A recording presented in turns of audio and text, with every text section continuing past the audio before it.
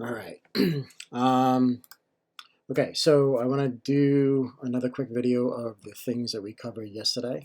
Um, the first thing being creating the unique page sizes within InDesign. So after you have your idea and concept for the folding mechanism, then you could go in and actually set up the file. Remember, you're setting up your file to be printed on a larger sheet of paper, right? So if you're setting up for 11 by 17, you need to make it much smaller than that because you need to account for the bleed and the trim lines. All right, if you're going to be printed on 1218, it could be a little bit bigger than if you're going to be using the Super B, the 13 by 19. Then it could be bigger than that. All right. All right. So to start, you need to have your pages document, right? I have my 4 sheets here. They're all the same size, 8.5 by 11.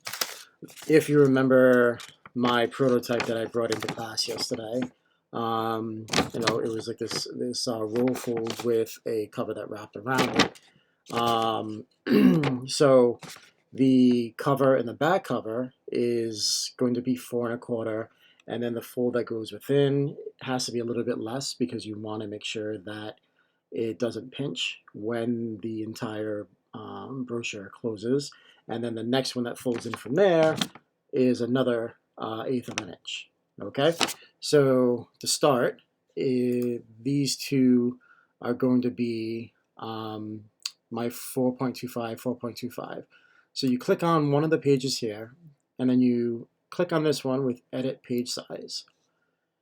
You can have different sizes saved if you're going to be using the same one over and over again for multiple projects. But if you're only going to be doing it once or twice, I don't recommend it. All right. So you hit custom, and then you can go in here, and it is going to be 4.25, and then it's going to be 11 high. I hit OK. So you can see now it only affected this page and none of the other 3. So this one is also going to be 4.25. And then if you did want to say this for future reference to use it again, you would give it a name, and then it would be sitting there waiting for you. All right. Then the one next to it is going to be a little bit smaller. So this is going to be 4.125.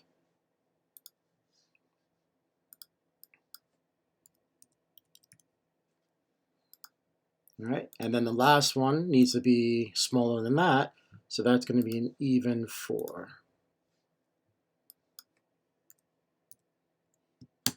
Okay. So now I have this all set up, and I need to remove some of the top, so this way I have my hanger. All right, so I'm going to pull this in. I'm going to just click on the screen, and it's going to be 1.1725, and it is going to be on this panel here. All right, so I wanted to make it in the middle, and then I want to have it sit about this far away. Then I want to add a guide so I don't accidentally put anything in here, here, or here, because I'm cutting it away. So I'm cutting this away, and then this way, and this away. So this is the only panel that sticks up that then is placed on the door. All right. So if you draw a rectangle, and I want to keep it about that far. It could be, fill it in with whatever color you want, as long as it gives you the ability to know that don't put anything in there. All right. The other thing you can do too is just on these 2 pages, you can adjust your margins. So this way, then you're always designing within the margin itself. And then I'll carry this over here. All right. So once you have this, you can add a guide, right? So when you bring down a guide, right, if you're inside a individual page, it will only stay on that page. If you bring a guide down and you stay in the gray area, it will stay across the entire spread of the 4 pages. All right, but you don't really want this there unless you want that to know when it's all closed what is above the fold when it's all said and done. So I come down here, add this, and then add this. Now, once you export this, you will have little trim marks in the corner and above each of the folds, all right? But you also want to have a little bit of mark here and here so you know where to cut this and where to cut from here to here, all right? So you go in, you can zoom in, and you add a little black line and drop it to a hairline. And this, and then I want to align not to that, to selection. All right, so now by having it sit here in the bleed, it will not print anywhere within, but once you export, then you end up having that little mark. So then you also want it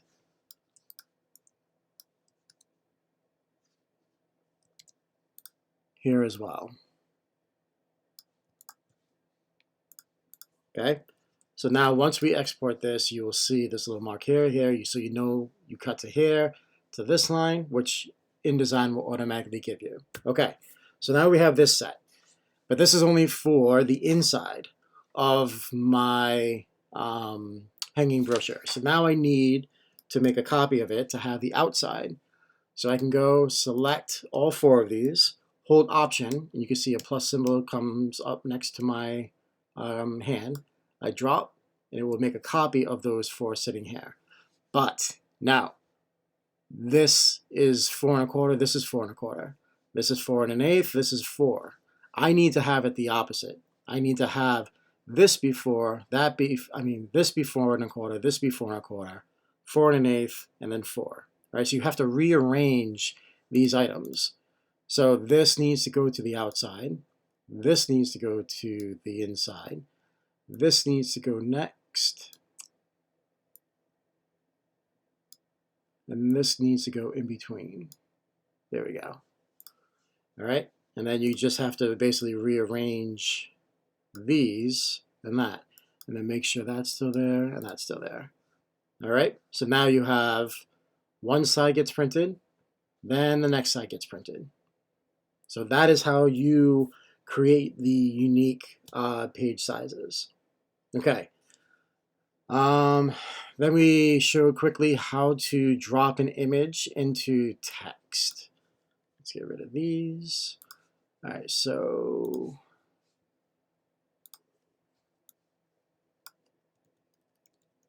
you add some type. Let's change it to a sans compact text.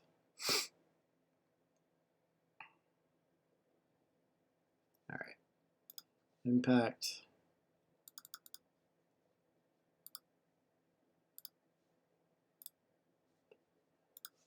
Then once you have this, just like in Illustrator, how you convert type to an outline, same thing.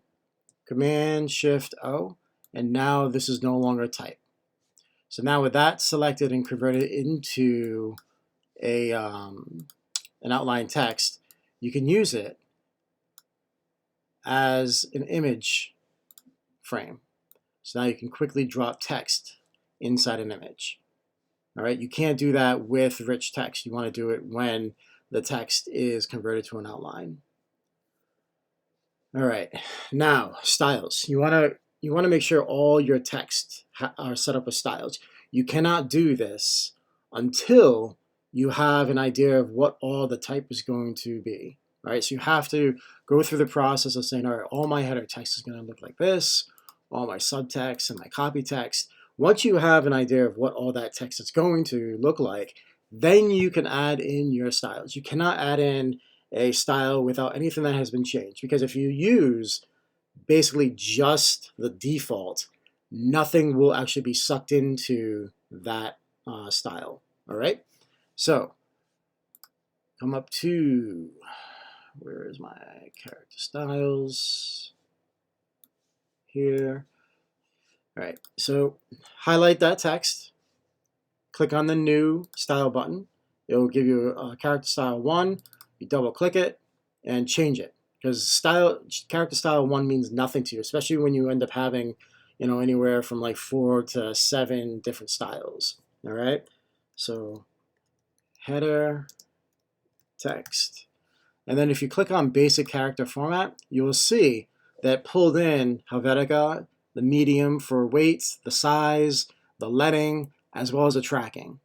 Anything that doesn't have, it's just grayed out, means whatever the default still remains, okay?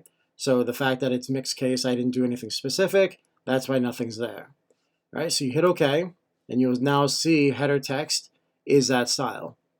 Then we come here, create new, and hit OK, and then copy text. And then here, let me show you the fact that we're just using Roman. That's why there's nothing for the weight. Nothing was changed for leading. Nothing was changed for tracking. So that's why you have to go through and actually make choices before you can actually create the style. All right. So now once you have the style, when you want to make a change to something, and you say, you know what, I have this, you know, everywhere else, different things. When you want to make a change to it, you would just go and make the change here. You say, all right, actually, I don't want it to be medium. I want it to be, make sure you have preview selected so you can see your changes on the fly. And you can see that it's changing wherever that is across your document. All right. So this way, if, say, you are creating something for a 20-page brochure and you have all the headers and you want to make a change, you make this change and it's across the board. You don't have to go through every single page. All right. So that is how you create styles. And I highly recommend and want you to include styles. Only having, you know, two spreads to work with, it may seem overkill, but I promise you, if you start working this way and you work on more complicated designs later on, this will save you time later. All right. Okay. Tabs, and then the leaders. So I showed you in the last one how to set up the tabs with the bullet points, right? To push the bullets away. Now, let's say that you are creating something that is either like a table of content that has the section with the page, or a menu that has a price that then has, you know, like the dots that go all the way across to make that connection. All right. It probably, this again, probably maybe doesn't pertain to this project specifically, but it will in a future project. So I definitely want to show you what not to do. You do not sit here and just hold down the period and push it all the way to the right. All right. You do not ever do that. You want to make sure that the price, the edges of the price, is flush all the way over here. You know, so you don't end up, you know, sitting here hitting tabs a bunch of times to try and line these up. If they're only, you know, the same price, fine, maybe that works. But what happens when you do this, and now are you going to just try and give a couple more spaces? You know, you want to make sure that it's easy enough and always clear the alignment that you're doing. So what you do instead is you have this set up and you have all the prices right near each other. Instead of hitting tab, hold shift, then tab. It will push the right column all the way to the right hand side. All right, so now no matter how wide or how narrow that column gets, the price will stay, or rather whatever the item is on the right hand side, will stay perfectly aligned to the right edge. All right, so now to add the dots in between, that's where you bring up your tab, and it sits right here. So you highlight the line. You have to add in one of the to trigger the leader. You click this, you type in whatever you want it to be, and hit return. and it will now fill in the space with that character. And it doesn't have to even be a dot. It could be anything. So if we decided to do a plus, right? So it goes all the way across. So it could be any character that you want from the left column to the right. So that is how you would end up setting up the tabs and having everything be flush on the right hand side. I promise you, if you do end up just typing in the periods, even if it doesn't sit flush on the right and you're fine with that, what happens if you have to then kind of adjust the width of that column? Then you have to go back in and make minor changes that way, and it will be super frustrating. Okay. All right. Then we talked about the effects option. So basically, what happens is this is usually when you have like a let's see, I use this in class. So if we have this here, let's get rid of this eventually. Okay, let's get rid of this. All right. And then clouds. And I chose sign. And you drop this down on top of the picture. And you kind of want it to blend into the actual photo itself. So basically, it's what we kind of showed with Illustrator and having, the two items that are being layered on top of one another and blending those two layers together. So with this selected, you can click on the FX button up here and it will have all of these options. If you don't have that on your monitor, then you can right click and then you have your effects and you have all the same options right here. All right. So you hit transparency and then by default, the mode is going to be normal. So we're going to click on normal and we'll click overlay, or we can click screen. And you can see how that affects as it goes in from the blue into the white. All right.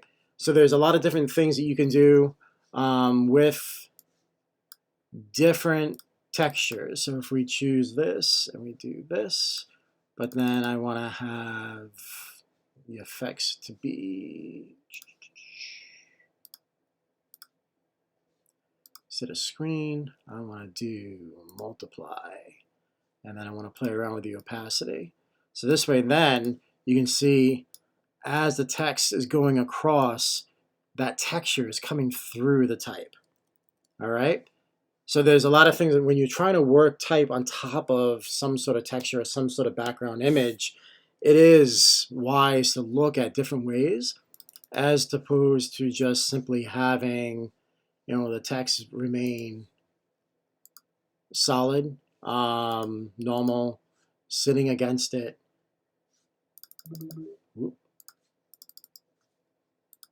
White, and bring it back to 100.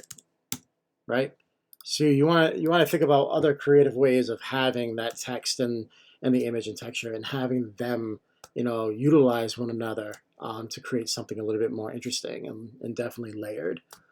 The other thing is right up in the same area, you have options for like drop shadowing. You can change the color of this. You can so you can really control what happens within all this. You want to make sure this is selected. If you don't have preview selected, you're kind of flying blind as to what it is that you're trying to do. All right, so that is blending options and also different effects with what you have going on here. All right, and the last thing we looked at were gradients. So just like with Illustrator, if you ever done any gradients in Illustrator, same exact thing. All right, so we have our swatches, we have a gradient, and as you have this selected, you control what happens when you add and subtract paint buckets inside this gradient. Then this tool here is where you control the direction of that gradient. All right. If you want to change it to be circular, radial, or linear. All right. Okay, so that's everything that we had covered. It was very quick for those of you that were missing class yesterday. But yeah, that's the gist of it. The main important thing that I stressed yesterday was making sure you have your file set up like this. Okay, and once you have your file set up, you export and then you print. All right. Let me, I know I did it last one. Let me just run it through again. So when you go to export, you go to File, you go down to Export.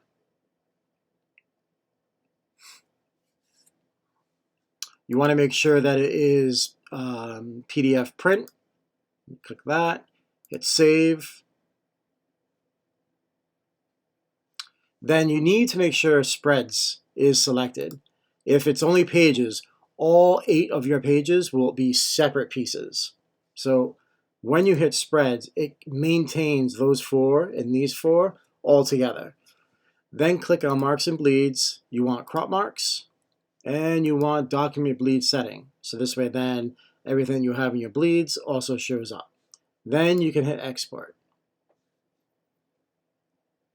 And as it exports, it will be sitting right here. So when you open it up, you'll see your trim marks. You'll see the little tiny mark that you left right here to know where to cut from here to here. I do think when you are ready to print, delete these gray things, whatever color boxes that you make, so you don't have it in there in your actual print. Just so this way, if you are cutting and there's a slight slip of the knife, you won't have any kind of sliver of something that you don't want. All right. And then you have the other side. Okay, so this way then, that is your document that you print from. We had a wonderful time yesterday printing. I'm hoping that Monday goes much smoother. What else did we cover? I'm going to be updating the project brief with the timeline. So we'll be extending this project by 1 class, but the class crit is going to be a little bit different. We can talk more about that on Monday with those who were in class. All right, so hopefully this helps, and maybe a refresher for anybody that was in class. But again, if you have any questions, please reach out and I will get back to you as soon as I can. All right, hope you have a great weekend, and I'll see you in class on Monday.